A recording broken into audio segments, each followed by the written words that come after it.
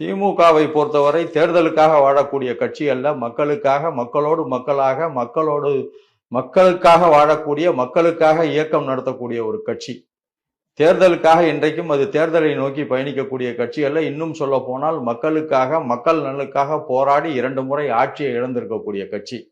அதனால திமுக 5000 ரூபாய் தேர்தலுக்கு கொடுத்ததுன்னு சொன்னா மக்கள் நம்ப மாட்டார்கள். ஏன்னா நலத்திட்டங்களை ஆட்சி பொறுப்பேற்ற உடனே முதல் கையெழுத்து விடியல் பயணம் கையெழுத்து போட்டார் தலைவர். அது போல 4000 ரூபாய் பணம் கொடுத்தார். அப்பொழுது கொடுக்க வேண்டிய அவசியமே இல்லை. தேர்தல் வெற்றி பெற்ற வந்தவுடனே மக்களுக்கு நலத்திட்டங்களை அறிவித்த அரசு.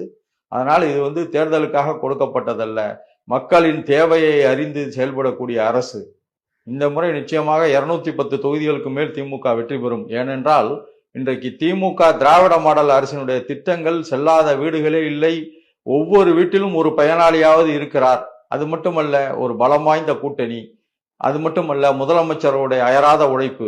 முதல்ல இந்த கூட்டணி 210க்கு மேல ஜெயிக்கும்னு சொல்றதுக்கு முதல் காரணம் திராவிட மாடல் ஆட்சியினுடைய நாயகர் திரு முத்துவேல் கருணாநிதி ஸ்டாலினுடைய அயராத உழைப்பும் அவருடைய திட்டங்களும், மூன்றாவதாக பலமான கூட்டணி. இது மூன்றும் சேர்ந்து திமுகவை 210 தொகுதிகளுக்கு மேல் வெற்றி பெற வைக்கும்.